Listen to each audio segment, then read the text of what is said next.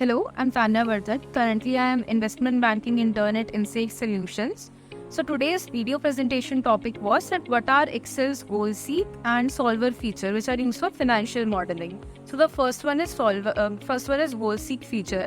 What I understood is that it is a very powerful tool of Excel which can be used to find out the value of any specific input variable when we know the desired outcome. For example, suppose you are making a financial model and there we have to find there we already know the net present value, but we need to find out the interest rate at which that net present value exists. So in such case, we can use the goal seek option of Excel. In order to use it, certain steps have to be followed. These are as follows. So first of all, specify the target cell.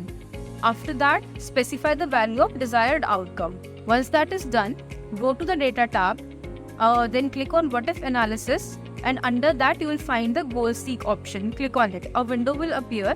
In that window, we have to specify certain values. For example, what is our target cell, what is the cell that we need to change, and what value are we seeking right now.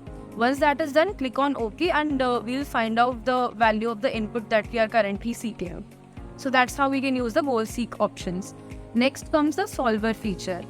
So what I understood here is that solver feature is basically an Excel add-in which can be used to optimize any objective where we want to optimize any complex financial problem.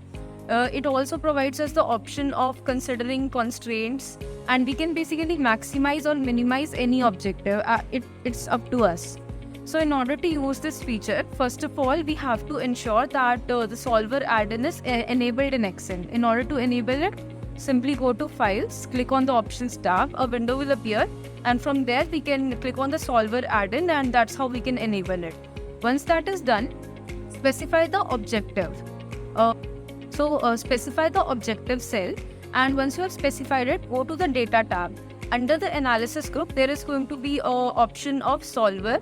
Click on it and then a window will appear. Under that, we have to specify certain values. For example, what is our objective cell and whether we want to maximize it or minimize it. And if there are any constraints, we can specify them as well. Once that is done, simply click on Solve and we will see that all the values will adjust accordingly, and whatever our objective function was, it will simply get optimal. For example, suppose we wanted to know how many number of salesperson do we need to maximize our profit. So here we can go for the solver feature. It will help us to know that, okay, this is the number of salesperson we need so that the profit is maximized, and this is going to be the optimal value of profit. So that's what I understood about these two features of Excel. Thank you.